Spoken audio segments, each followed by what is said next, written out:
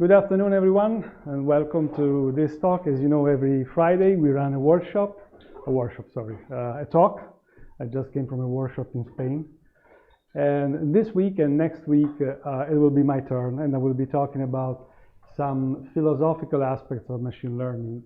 As I wrote in the email that you might have got a few days ago, this is basically based on a few tutorials I gave around in conferences and summer schools, and so I thought it's a nice idea to replicate these tutorials here. So this is the as you know, it's a 2-day talk, so this is going to be the first one, and next week it will be the second part. And basically, I would like to start with a personal view about machine learning. This gentleman here was a Prussian general, was very active in between 18th and 19th century.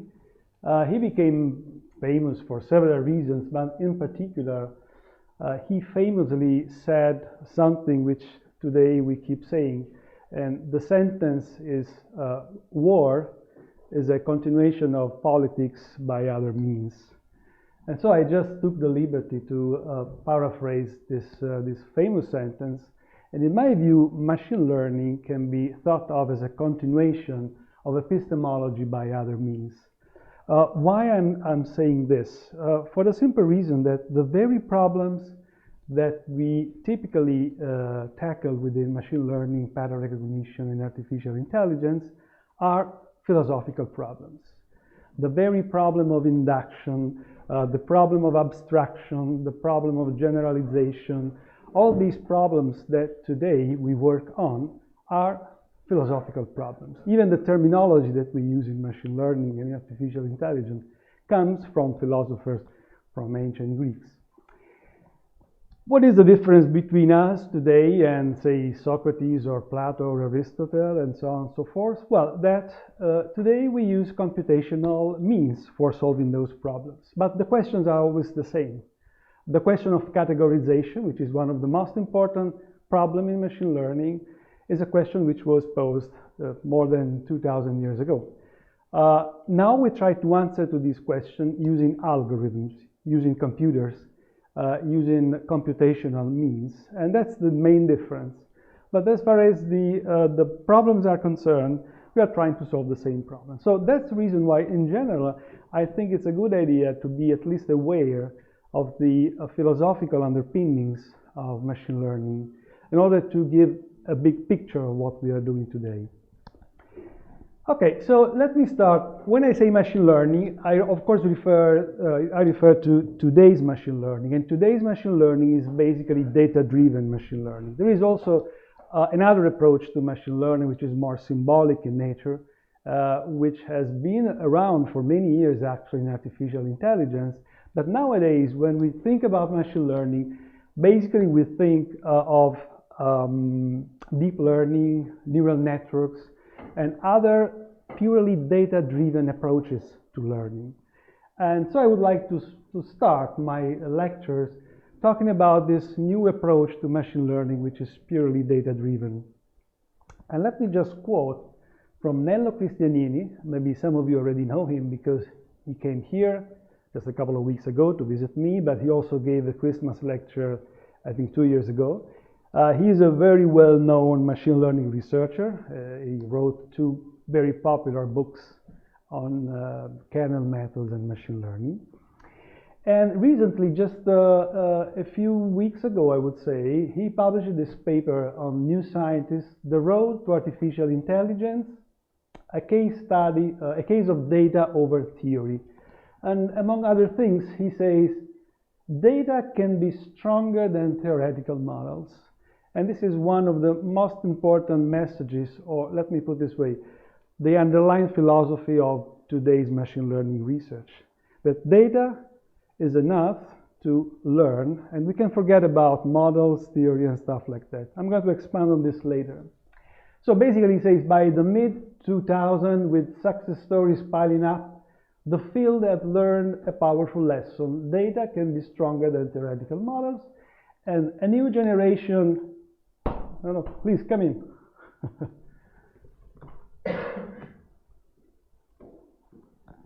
Yes, come in. A new generation of intelligent machines emerged, powered by a small set of statistical learning algorithms and large amounts of data.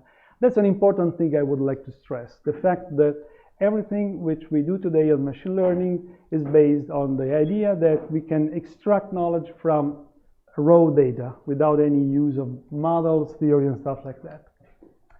And Nello actually did another research a few years ago, trying to understand how the field of artificial intelligence has evolved in the past 20 or 30 years. This is a word cloud he basically built by putting together titles of papers published in the main artificial intelligence conference. I think it was IJCAI, International Joint Conference on Artificial Intelligence. And the year here is 81. You see what are the main topics at that time, what were the main topics in artificial intelligence and machine learning. Of course, you see learning here, but it's rather small as compared to knowledge systems, representation, expert systems, and so on and so forth. Because in those days, the vast majority of algorithms in artificial intelligence were based on the idea that we should avoid low-level or sub-symbolic reasoning, and we start thinking in terms of abstract models. This is the situation a few years ago, 2011. I'm pretty sure that today, if we do the same thing, there will be a big deep over here, because nowadays deep learning is the dominating approach in machine learning. But you see what happened. Learning is became very, very important in artificial intelligence, and today is even more important.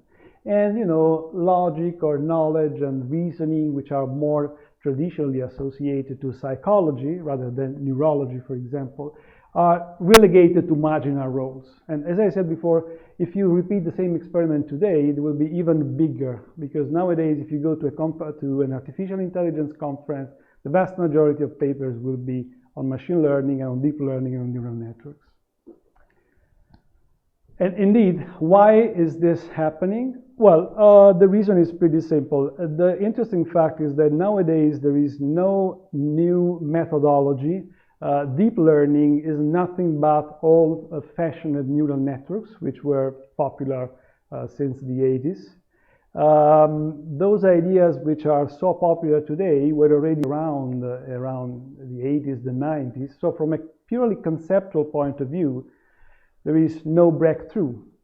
The difference, which makes a big difference actually, is that nowadays we have a lot of data which we can use to train these models. And we have a lot of computational power using GPUs, using cloud computing. We can do computations that just 10 years ago were just impossible. And of course, we have also software which help us to do this. So that's the reason why nowadays machine learning and deep learning and neural networks in particular is becoming so popular. Here is an example of how the growth of data in the past few years. This is taken by Reuters over here. This is a projection in 2020. I'm not sure this is working. Yeah, okay. This is 2015. These are zettabytes, 1 million petabytes. A petabyte is 1 quadrillion bytes. So we're talking about huge numbers. And this is what happening on a geographical basis. Of course, North America and Europe are the biggest ones. What kind of data do we have? Well, we know this already. A lot of variety. We have, of course, video. Here are some figures which allow us to understand how important is this phenomenon nowadays. Just every minute in YouTube, 72 hours of videos are added every minute. Each day, 4,000 hours of YouTube videos are uploaded, and so on and so forth, as far as video is concerned. Let's talk about social media. 172 million individuals visit Facebook each day. 532 million Facebook status updates each day, and so on and so forth. So this gives an important, a picture of how important data are become in today's lives. Now, what is the philosophy behind today's machine learning? I already anticipated this topic. Well, here is very well written. This is a famous paper published in Wired a few years ago by Chris Anderson. Title was, interesting. The title was The End of Theory. And then the data deluge makes the scientific method obsolete. Which is interesting. He's talking about the scientific method and why we are kind of giving up to the old-fashioned way of doing research in science.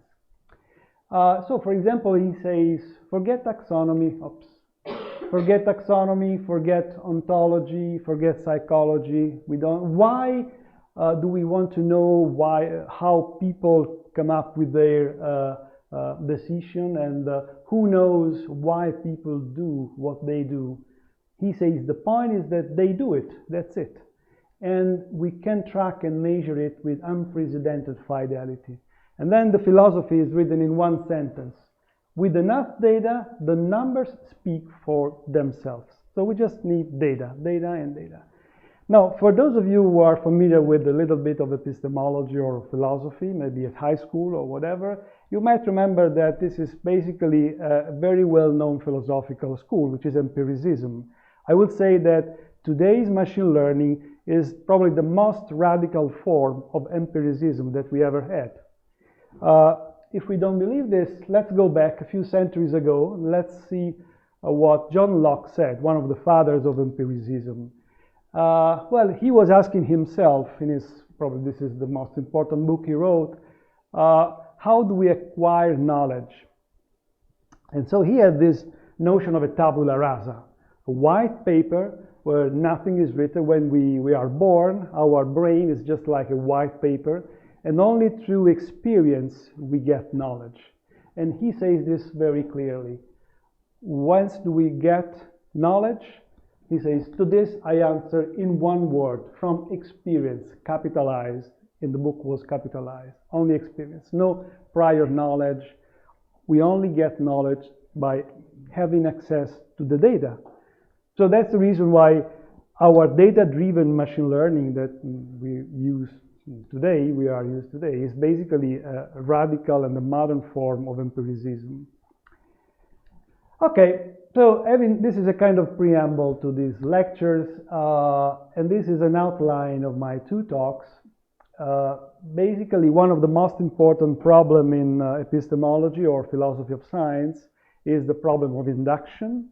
And of course, a good proportion of the talk will be devoted to the induction problem and its discontents, because I'm going to see that the induction problem has several aspects which are worth considering. And then I'm not sure whether I'll be able to talk about this today, because this part is pretty large as compared to the other three. I will be talking about the role of intuition against induction, so intuition versus induction. Then I will be talking on the quest for interpretability, or if you like, the notion of explanation in science and in machine learning, which is a very important notion in philosophy, and the quest for scientificity, which basically is the question of whether machine learning is a scientific discipline, whether we are using the so-called scientific method, whatever it means, because the very notion of a scientific method is questionable, is not clear. So, okay, let me start from, by the way, if you want to interrupt me and question or whatever, feel free to do this, of course. Let me start from the induction problem and its discontent. Philosophers usually talk about the problem of induction. So for philosophers, induction is a problem in the sense that, as I'm going to explain, it's a problematic notion. It's a problematic notion.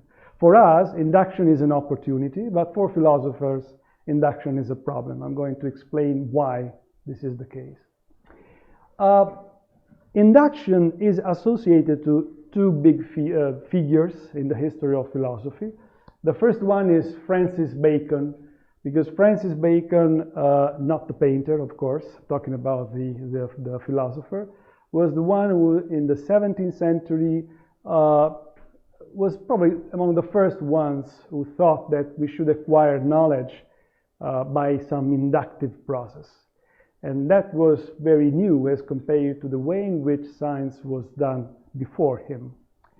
And so Francis Bacon appears to be the champion of induction, the one who advertised and championed the notion of induction. On the other hand, we have another big figure in philosophy, who is David Hume, who was critical about this. And so if we talk about the problem of induction, we should never forget about these two great philosophers, and I'm going to explain why. First, let's talk about Francis Bacon. Okay, we have to consider that we are around in the 17th century, the beginning of the 17th century. And of course, everybody knows that science at the time was mainly a deductive science, going back to Aristotle and ancient Greece. So the idea was basically the one used in mathematics. In mathematics, you somehow, maybe using some intuitive notion, you come up with a set of axioms that you don't have to prove. You take it for granted.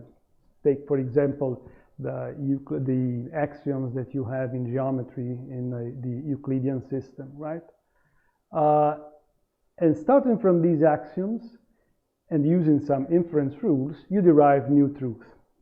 You don't have to prove the axioms. The axioms, by definition, are given. You see at a glance that they have to be true. Although you might know the story behind the fifth postulate of the Euclid system of the parallel axioms, which is one of the most important ones actually, and was problematic and gave rise to the so-called non-Euclidean geometries. But let's forget about this. The way in which science has proceeded was very much like the way in which mathematics was done. We start from axioms and then we deductively produce new knowledge.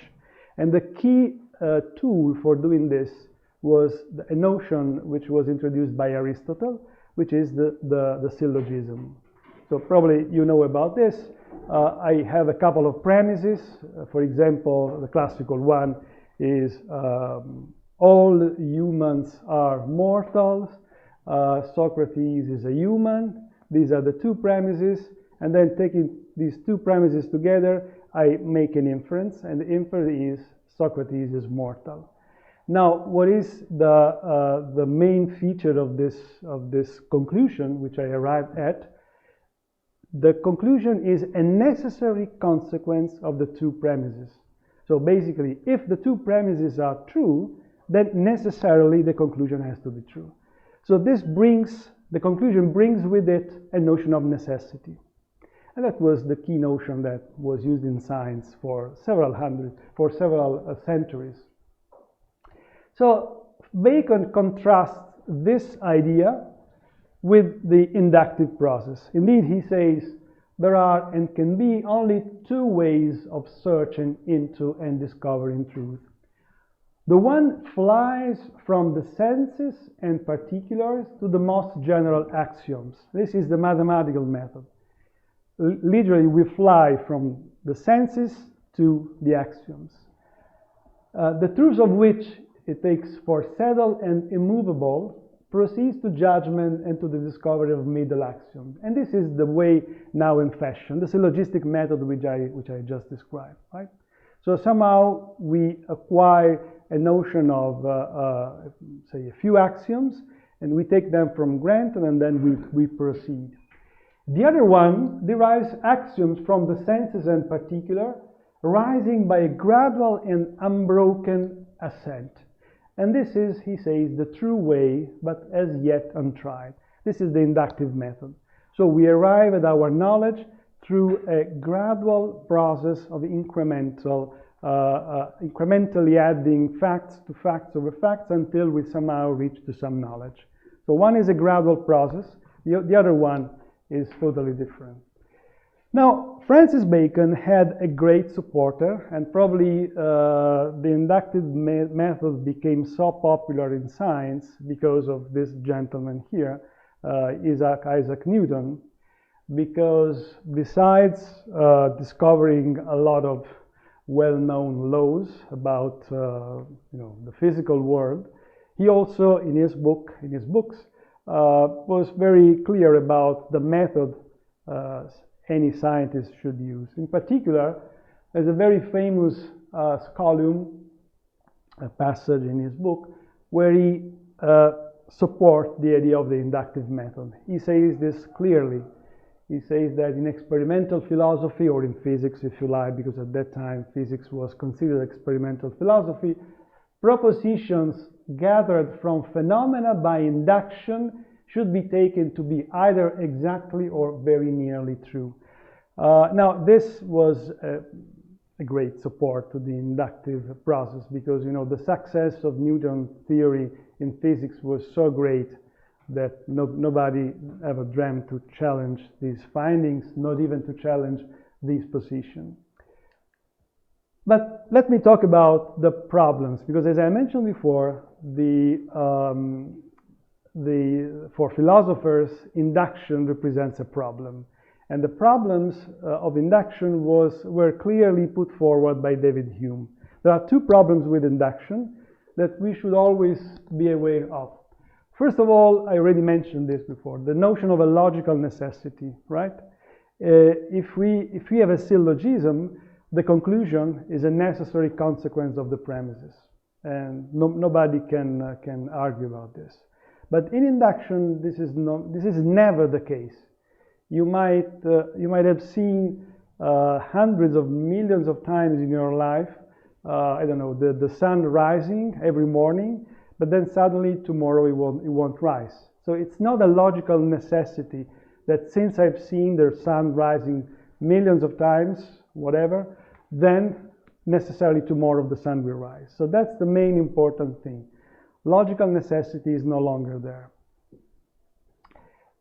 He, as an example, mentioned this idea, the bread which I formerly eat nourished me, but does it follow that other bread must be also nourish me at another time, and so on and so forth.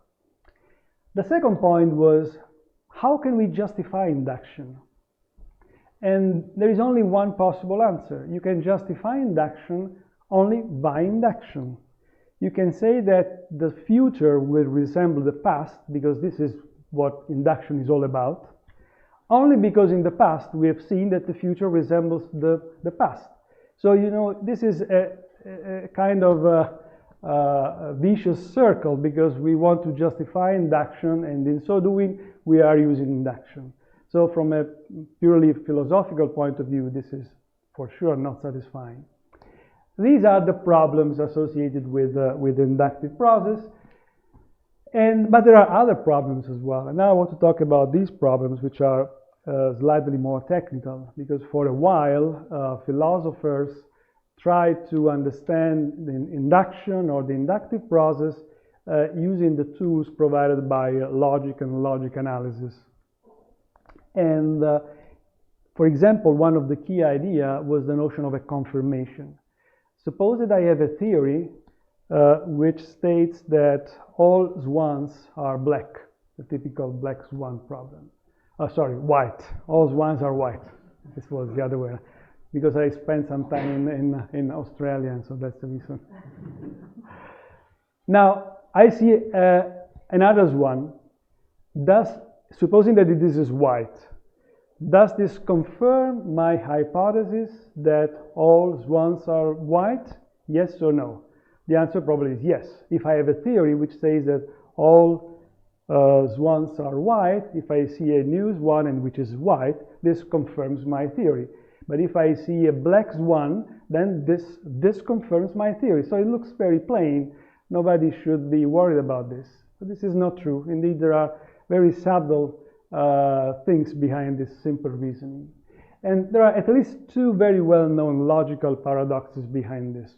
One is the so-called black raven problem, and the other one is the so-called new riddle of induction, which was proposed by a philosopher, Nelson Goodman. Let me start from the first one. So let's talk about black ravens. Now, I think we all agree here about two basic principles, just so innocent looking. One is called Nicot's principle, which I already mentioned before actually. Universal generalizations, which means sentences like all swans are white, this is a universal generalization, are supported or confirmed by their positive instances and falsified by their negative instances. Exactly the example which I made before, right? Okay, so in more concrete terms, if I have a theory which says that all ravens are black, and I see a black raven, this particular fact confirms my theory, right? If I see a white raven, this confirms my theory. This is pretty plain. Again, notice that we're talking about logical confirmation, which is kind of Boolean thing. Either something confirms or it does not confirm some theory. On the other hand, let's consider this innocent-looking principle, which is called the equivalence principle, which states that whatever confirms a generalization, this is not working, confirms as well all its logical equivalents. So, for example, if we have a generalization like this, for all x in my universe, if A, which is a statement, is true of x, then necessarily B is true of x. Okay, suppose that this is your theory. The theory says this. Now, from a purely logical point of view, this is a logical equivalent to, for all x, if B of x is not true, so not B of x, then necessarily A of x is false. Okay, so this is a very logical formula. Those who study computer science here knows this very well.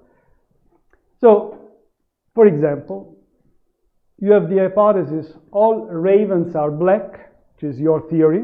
You come up, you dreamt of this theory, all ravens are black. This theory is logical equivalent to the theory which says that all non-black things are non-ravens, right? The two theories have exactly the same meaning. Okay, let's take these two principles together and we see what kind of things happen. And well, very ironically, for example, Irving Good said that, well, if you take these two principles together, then, for example, a white shoe, which is a non-black, non-raven thing, confirms the hypothesis that all ravens are black. So what am I saying here? I'm saying that I have this theory which says that all ravens are black. I see a white shoe, and this white shoe confirms my theory that all ravens are black. Looks crazy, right? Because white shoes have nothing to do with black ravens. So it's very counterintuitive to think that a white shoe confirms my hypothesis that all ravens are black. And so, you know, you have ironical sentences like this. The prospect of being able to investigate ornithological theories without going out in the rain is so attractive that we know there must be a catch of it. So that's one first problem, logical problem. Notice that the problem arises because we are insisting on a logical analysis of induction. So we have a theory and we have a fact, and we are asking for a Boolean confirmation. The fact or the evidence confirms or does not confirm the theory. Now let's consider the other paradox, which is also very interesting from our perspective because it boils down to a problem which is very well known in machine learning, which is the problem of model selection. So Nelson Goodman, in this very well-known book, asked this question. What is a law-like statement? How can we characterize statements which are in some sense law-like? They resemble a physical law, for example. It is the structure of the sentence which allows me to say that this is a law-like statement, or it's the semantics associated to the terms, which determines the law-likeness of a statement. So, for example, I'll give you one example. Everyone will agree that this is an example of a law-like statement, something which you can find, for example, in physics textbook. A given piece of copper conducts electricity this increases the credibility of the general statement that all pieces of copper conduct electricity, right? So our general law is that copper conducts electricity, and this looked like as a law-like statement, something you can find in physics books. Now, if I see an actual piece of copper conducting electricity, this confirms my theory. This sounds very nice. Now, let's consider this other statement. The fact that a given man now in this room is a third son does not increase the credibility of statements asserting that other men now in this room are third sons. Now, the point he wanted to make is the following. The two sentences, the first one and the second one, they have exactly the same structural form, right? But of course, we reject this as a scientific statement. It's not because in this room now there is a third son, this increases necessarily the general law which says that all people here are third son. So there must be something behind the notion of a law-like statement, which has nothing to do with the structure of the sentence, but has to do with the semantics behind it. Yeah, this is basically what I was saying. The difference is that in the former case, the hypothesis is a law-like statement, the hypothesis which says that all copper conducts electricity. In the other case, we are not. So in trying to understand and to provide an answer to this question, Nelson Goodman invented this new so-called new riddle of induction, which is very famous indeed. Now, this is an inductive argument. Premise and conclusion. The premise in reality is a sequence of observations. So for example, all the many emeralds observed prior to 2017 have been green. This is a bunch of observations that have been done in the past centuries. Well, this allows me to conclude that then all emeralds should be green. Okay, this is an inductive inference. Let's consider this argument, which has exactly the same structure as the previous one. That's the main point. All the many emeralds observed prior to 2017 have been grew, and now I'm going to say exactly what grew means. If this is true, then my conclusion would be, well, all emeralds are grew. If you look at the structure of these two sentences, they are identical. Now, what is this grew? Well, I invent a new definition. I can do this. Why not? I define an object to be grew if either it was first observed before 2017 and is green, or it was not first observed before 2017 and is blue, whence it comes grew. Now, you might claim this looks a crazy definition, but from a purely structural point of view, it makes sense, right? Maybe it's a new great concept that I have discovered. Now, if you have to choose about these two hypotheses, you have two hypotheses now. All emeralds are green and all emeralds are blue. For sure, everyone here would agree that the first one is more plausible than the other one. But the question is why? The two sentences, the two conclusions, the structure of the two inferences are exactly the same. So why do we prefer one against the other? That's the main point. Now, this boils down to a very important problem in machine learning, in science, and scientific inference, which is the notion of a model selection. So, for example, let's take Boyle's law, which relates temperature, pressure, and volume of a gas, and by observing a number of instances of my phenomenon, I can come up with a number of observations concerning the relationship between pressure and volume. So for example, I might have noticed that if pressure is 3.0, this is the corresponding volume. If pressure is 0.5, this is the corresponding value, and so on and so forth. I come up with a number of points which are my observations. Now, what is the problem here? I try to infer a model from this finite number of observations, but the problem is that there are an infinite number of models which fit these observations. Of course, we prefer this one, which is actually the one proposed in Boyle's law, which establishes an inverse connection and relation between pressure and value. But other models are equally legal. So why we do prefer Boyle's law, which is this, against the other ones, which is the same question that we asked before. Why do you prefer the Green hypothesis against the Grew hypothesis? The answer, the usual answer, is that because it's simpler. Because this model is simpler than the other ones. And of course, you will agree with me that this hypothesis, all emeralds are green, is simpler than this one, because here we have a concept which looks too complicated for us. So in machine learning, this is a well-known problem, the problem of model selection. It boils down to so-called Occam's razor, which is a principle which says that if you have several explanations for the same phenomenon, you should choose the simplest one. Okay, so this is an important observation. Now, all these paradoxes and all these things convinced people that probably using logic to understand the problem of induction was not a good idea, because you can always have this kind of paradoxes. So at some point, people started thinking that maybe we should give up logic and we should start thinking in probabilistic terms.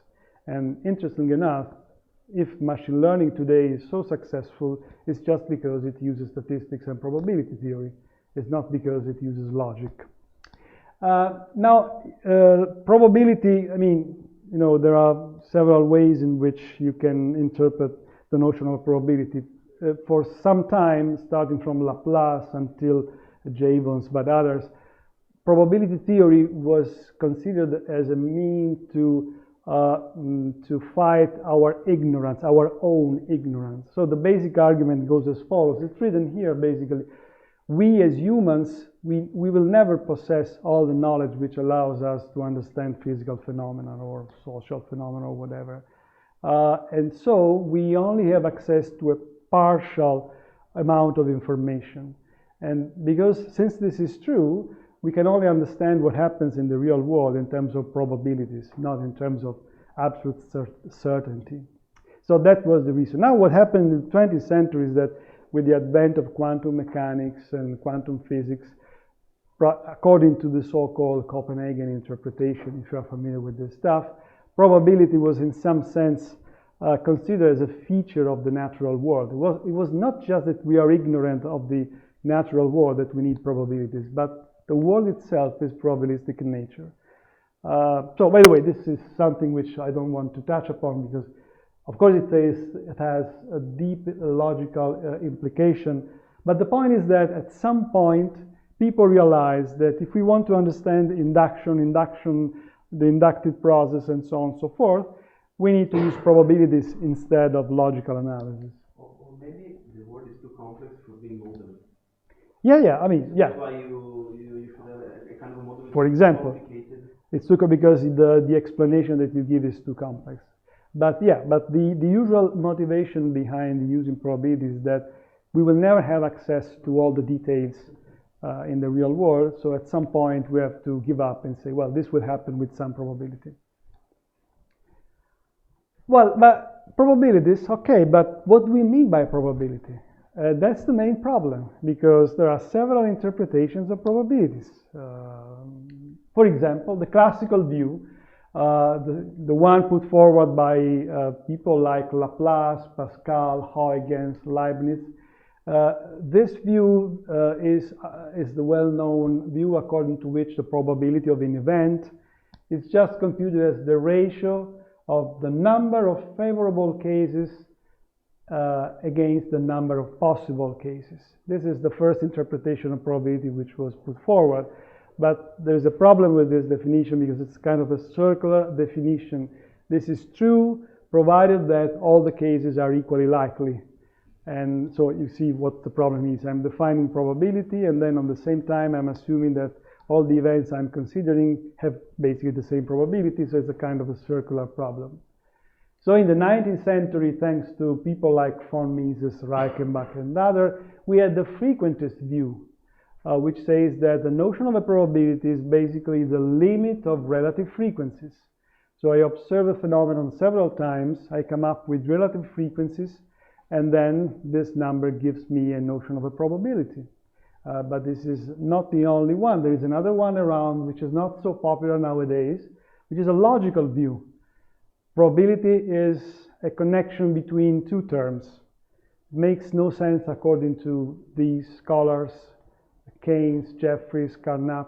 It makes no sense to talk about probability of a single event, but we only have to talk about probabilities of pairs of events. It's like a partial implication. In much the same way as in logic, we have A implies B, which is a logical consequence.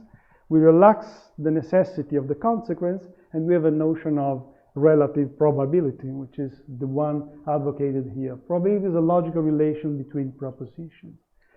And then we have another view, which is the subjectivist view, proposed by Ramsey, De Finetti, Savage, and others.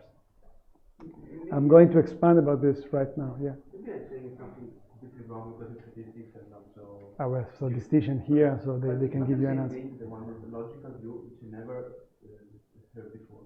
It's same as the conditional probability. Yeah, exactly. I mean, you can interpret the fact that A implies B as the conditional probability is equal to 1. Okay. If A occurs, then B necessarily occurs, which means the probability of B given A is equal to 1.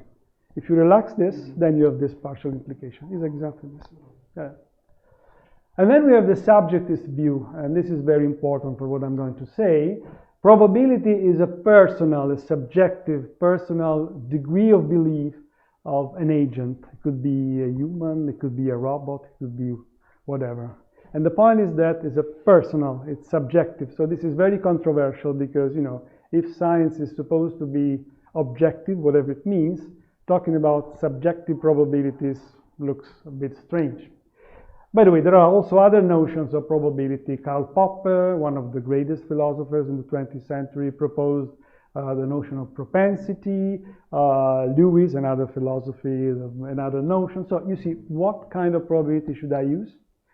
Now, for a while, people, and even today actually, thought that the answer is in Bayesianism. And I'm going to say very quickly something about Bayesianism, but here are some experts.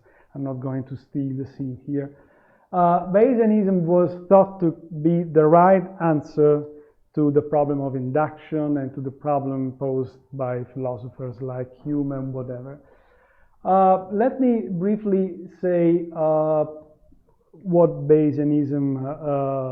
is Bayesianism in general. There are three basic assumptions in Bayesianism. Of course, as you might imagine, Bayesianism comes from Bayes, the Bayes theorem, but it's not the key thing of it here. It's rather a philosophy. It's called sometimes Bayesian confirmation theory. So let's consider the three assumptions of Bayesianism. It is assumed that agents assign degrees of belief, as I said before, or credences or whatever. And two different competing hypotheses, not working. And this reflects the agent's level of expectation that a particular hypothesis will turn out to be true. Again, I insist on the fact that it's personal, it's subjective. These degrees of belief, which are, if you like, numbers, have to behave like probabilities, and that's the main point. Now, there are a few axioms of probability theory which were put forward by a Russian mathematician called Kolmogorov.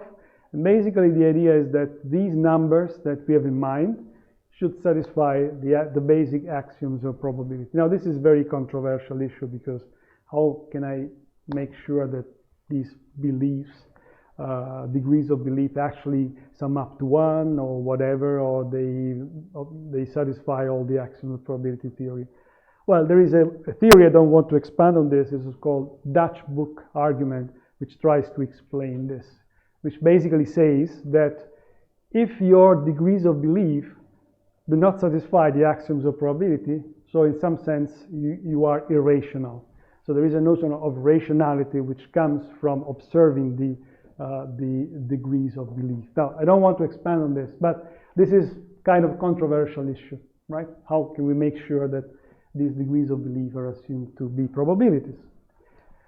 And these are called subjective probabilities. And then, and here is where Bayes comes into the scene, we have this notion of Bayesian conditionalization rule. So agents are assumed to learn from the evidence by this rule, which basically comes from Bayes' rule in probability theory. So now let's turn to the main problem. I have a theory or a hypothesis H, for example, all ravens are black.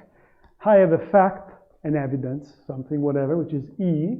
I say that this evidence confirms my hypothesis if the probability that H is true given E is greater than the a priori probability of H. So if by observing this evidence I increase my probability, then this confirms my hypothesis. This is the basic idea, right? Now you might wonder for a moment, why should I stick to a subjective probability notion? Can't I use the notion of probability as put forward by frequentist theorists? The answer is, well, it doesn't make much sense, because I'm mixing here apples and oranges. On the one hand, E is an individual fact. The fact that I see a black raven now, in this moment here, which is a fact. And maybe I can provide you with a frequentist probability of this. But what about the probability of the hypothesis? Can I consider the probability of Newton's theory of, can I talk in general as the probability of Newton's theory of gravitation? I can't say I observe Newton's theory of gravitation several times and then I come up with a relative frequency and I divide by the number. No, it makes no sense, right? And the reason is clear, because as I said before, we are mixing two different things. On the one hand, there is a notion of a theory, and there we cannot talk about a frequentist approach to consider these probabilities. On the other hand, I have facts which I can actually observe and count and so on and so forth.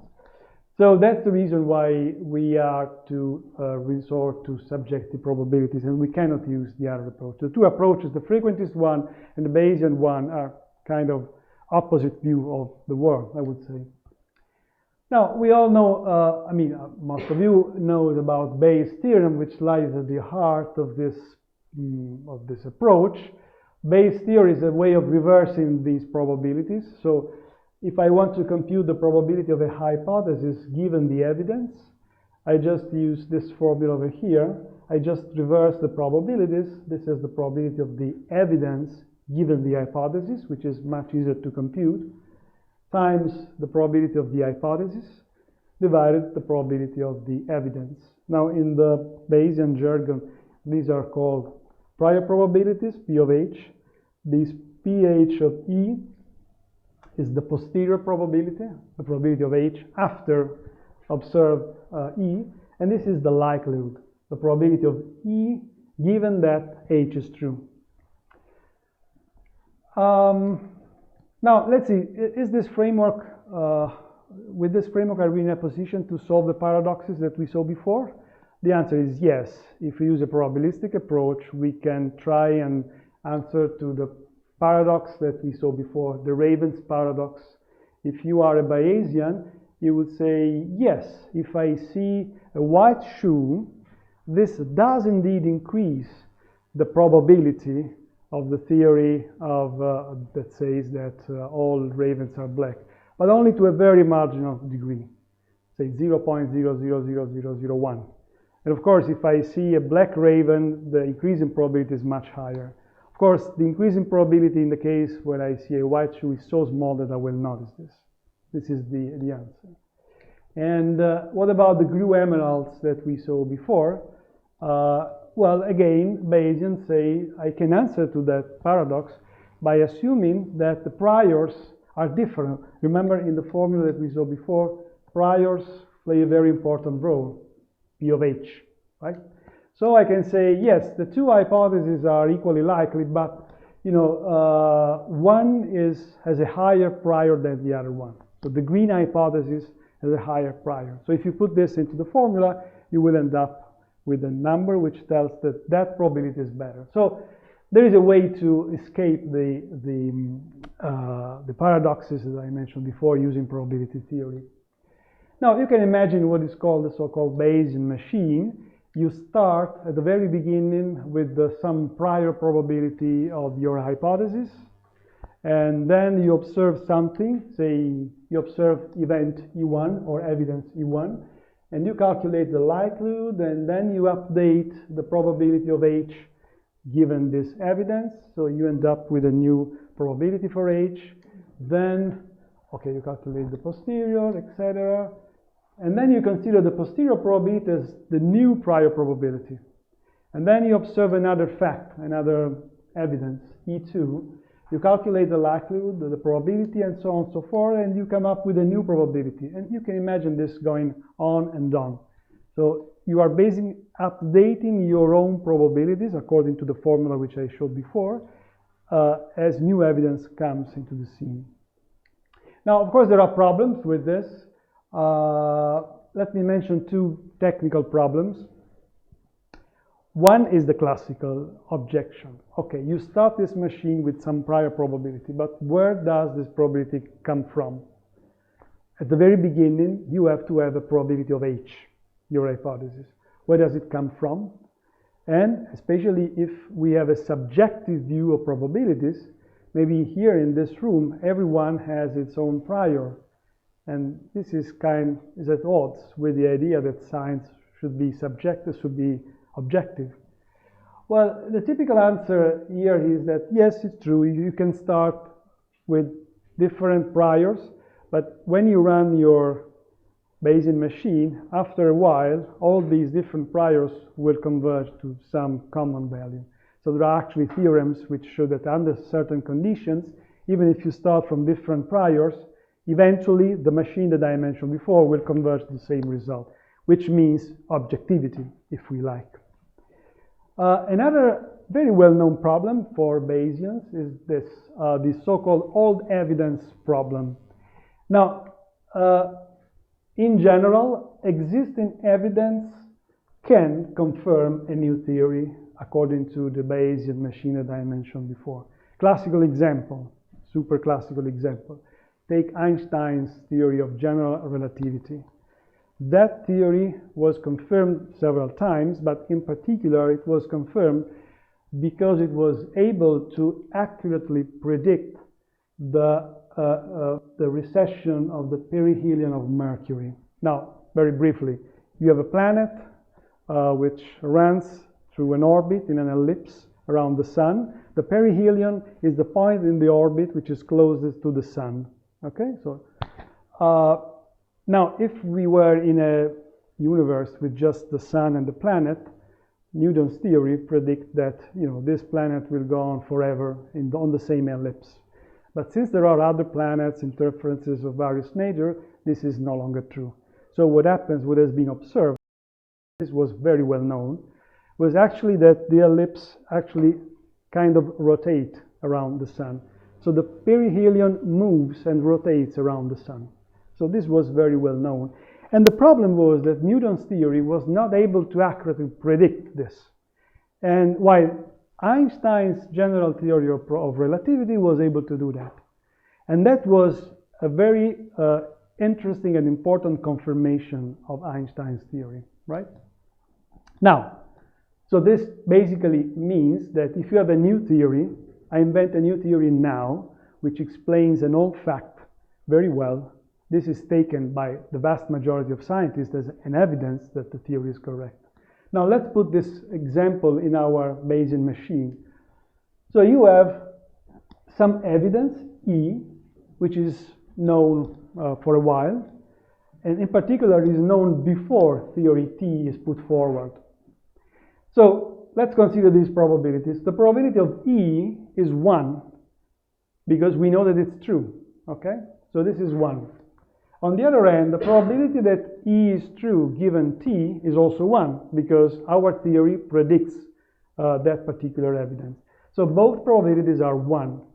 We put this into the formula and we get that the probability, the new probability of my theory given the evidence E is equal to the whole probability of t, because this and this cancel out.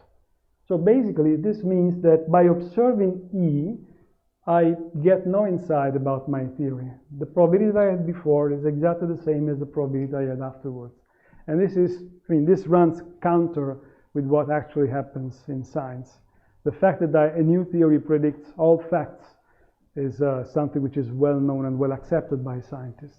So, there are, of course, variations. People over time try to incorporate or introduce variations on the basic Bayesian machines, but it still is a problem.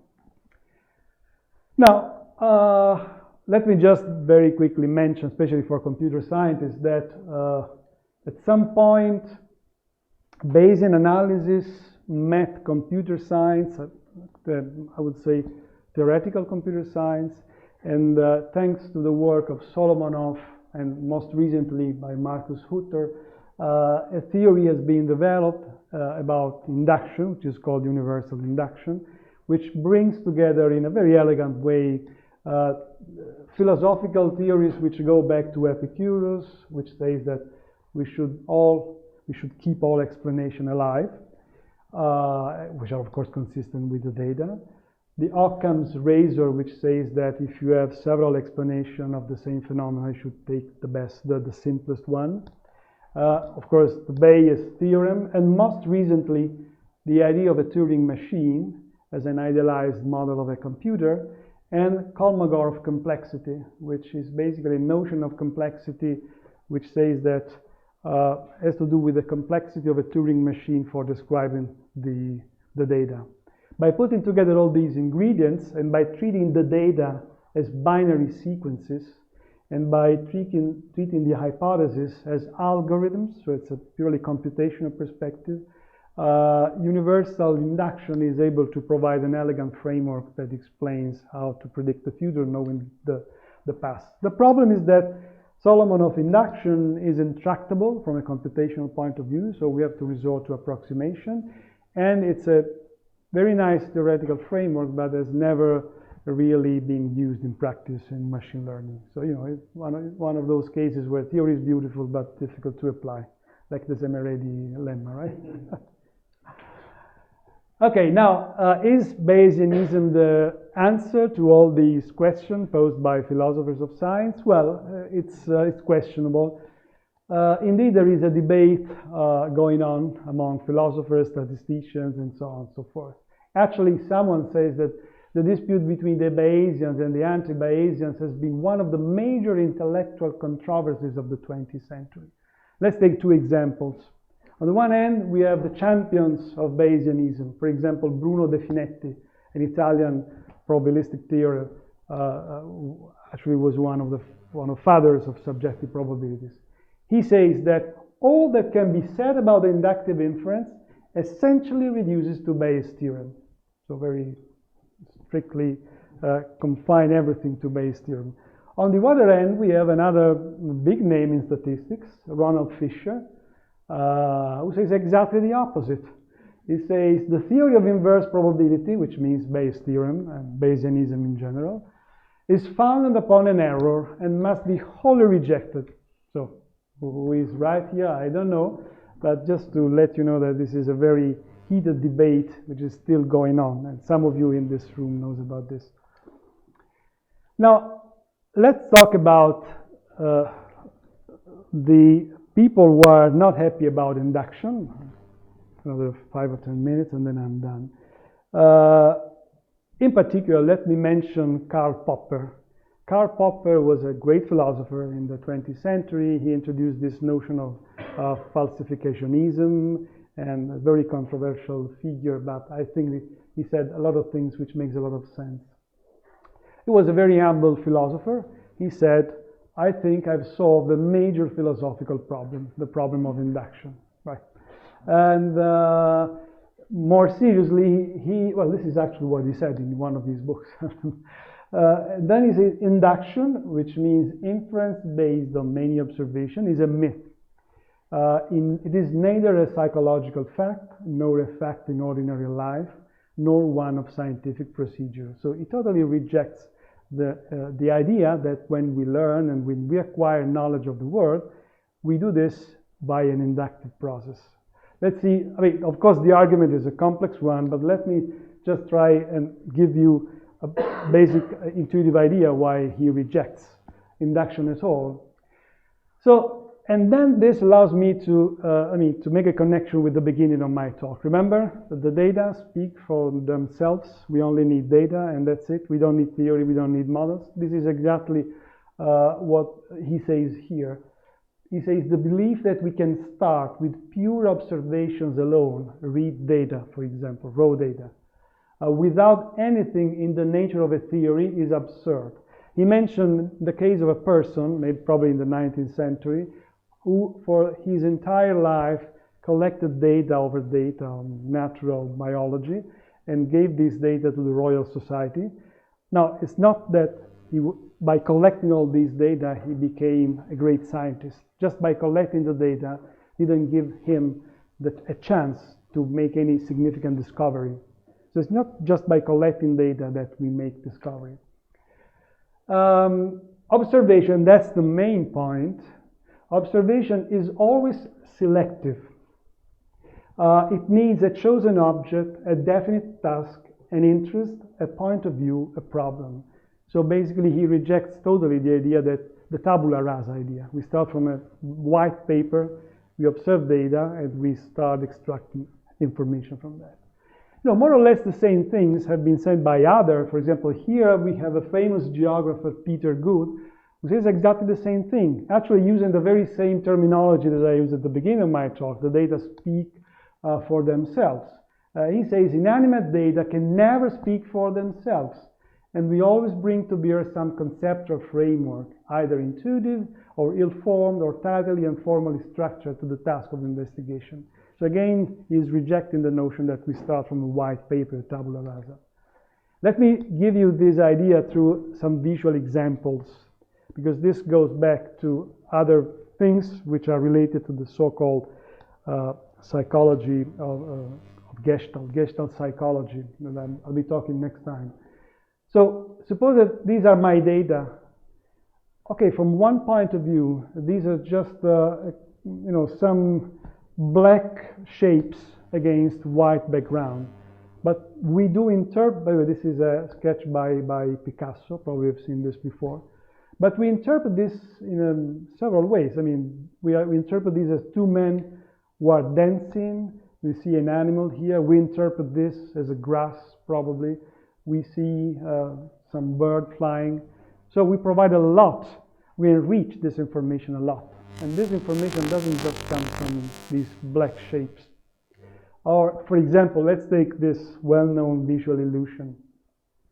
Everybody here sees a white triangle against some background. But of course, there is no triangle there, right? And so again, this is in conflict with the idea that when we see something, we start from a tabula rasa. We always put we have some bias, and we put some perspective on our data. This is called, by the way, in philosophy of science, theory-laden observations. Now, what is Popper's scientific method? Well, he rejects induction at all, but how does science work? If we reject induction, how do we work in science? How we discover new facts, new theory, and whatever? Here is more or less his idea. Somehow we stumble over some problem. That's problem-oriented approach. We try to solve it. For example, I noticed that there is some regularity in the orbits of of my planets. I try to understand why this happens, and so I try to solve the problem. For example, proposing some theory. He is not interested in the way in which you arrive at that theory. You might have dreamt of it last night, or you might have done this just by analogy, for example, of other means. He doesn't care. It's not his business to provide you with a psychological theory of discovery. And then we learn from our mistakes. In particular, we try to challenge and to match this new theory against the real world. If I find an example which falsifies my notion, my theory, then I reject my theory. Otherwise, I keep it for a while. So problems, theories, criticism. Now, it's interesting that this is basically the flow chart of this idea. We start from some conjecture. Popper doesn't say anything about this. I try to refute it, not only I, but only the scientific community as a whole. If I refuse it, then I come up with a new conjecture. Otherwise, I keep going this way, trying to refuse this as my. If I fail, then I keep that hypothesis as the running one.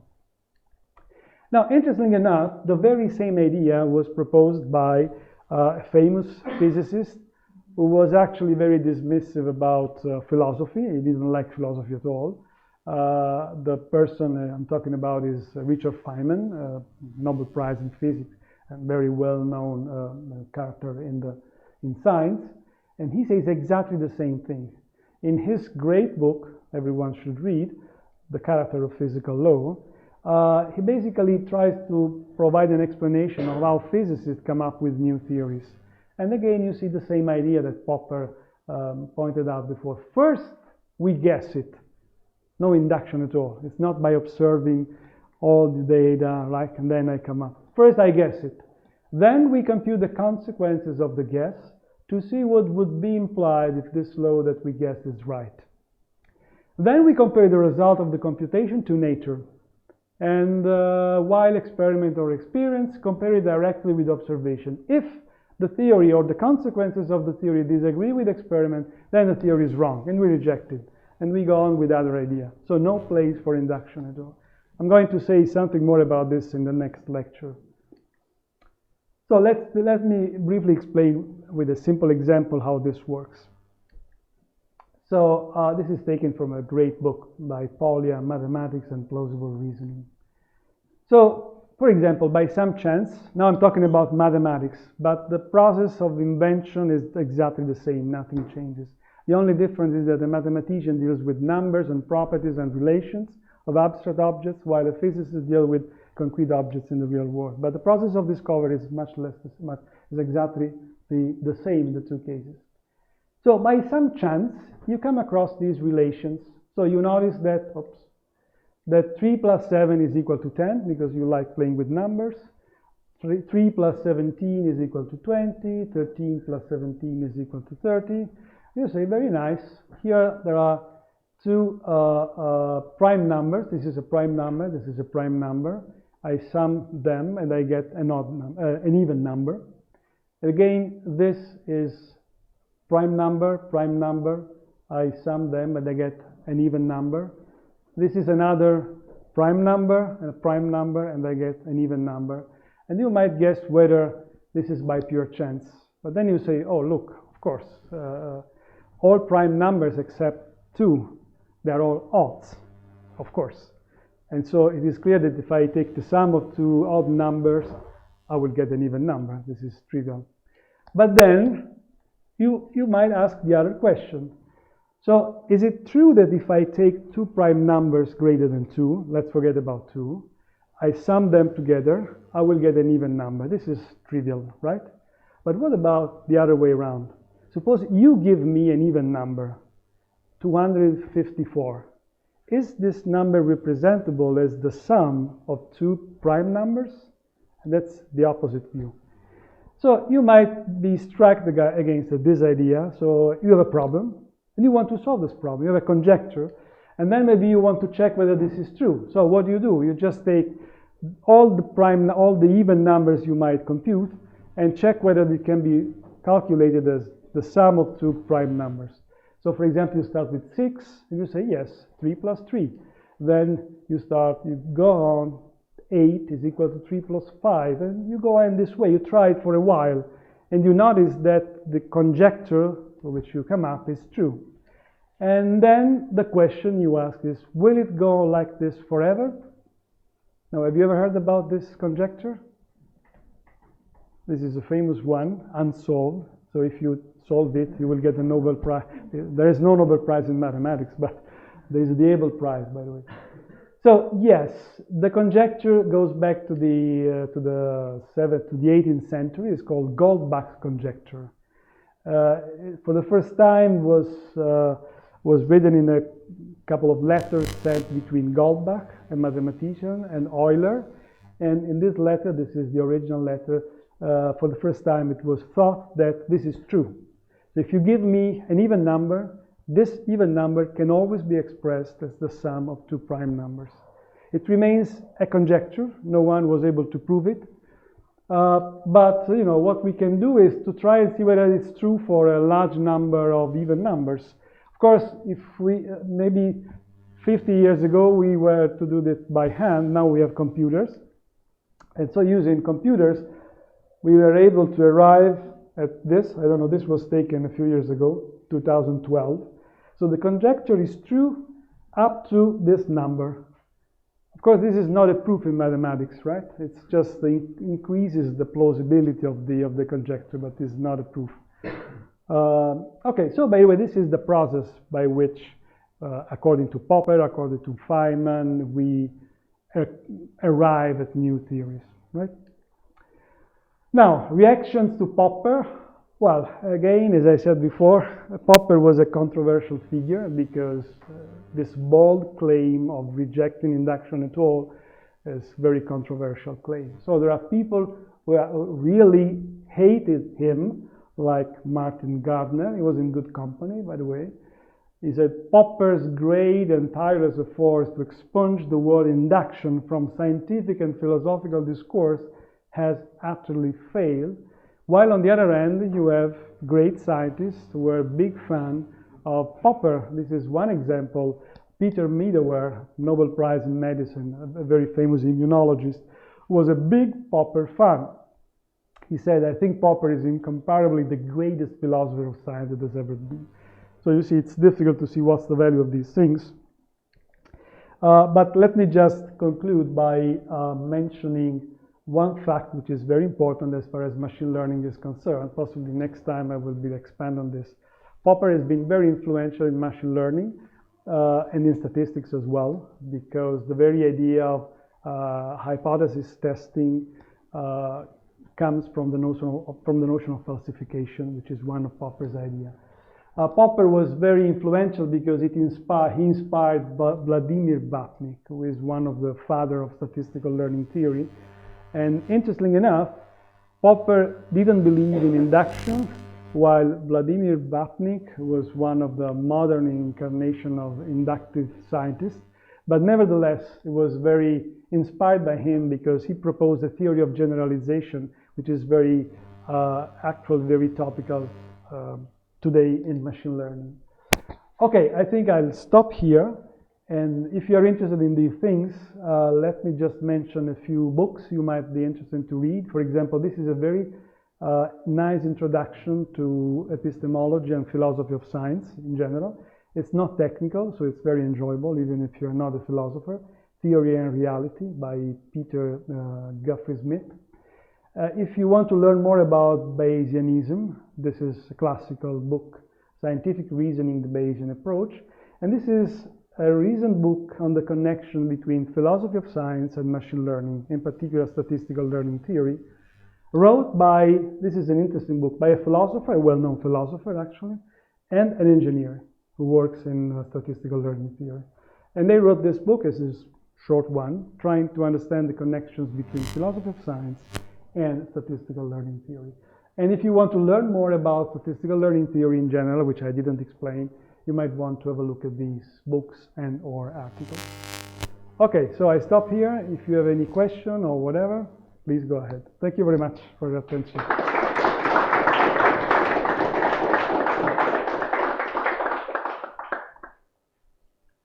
No question? Yeah. What is your view on this question? Does data beat theory or is Popper right? What, can I say it again? Does data beat theory? Or? No, I don't believe that. I'm an intuitionist. I believe in intuition. I believe that so there must be something which goes beyond data. We as humans, we do have a bias. We have some perspective which we apply on the world somehow. So we always read the data in some definite way. So my answer is I don't believe that data alone could provide an answer to the scientific questions behind machine learning or in general.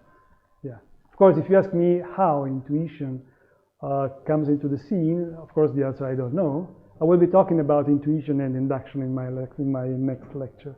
But yes, the answer is I don't believe it. You want to say something? Maybe later. It's a long one. It's a long question. Okay. Yes. More questions? Okay, so thank you very much. I'll see you next week.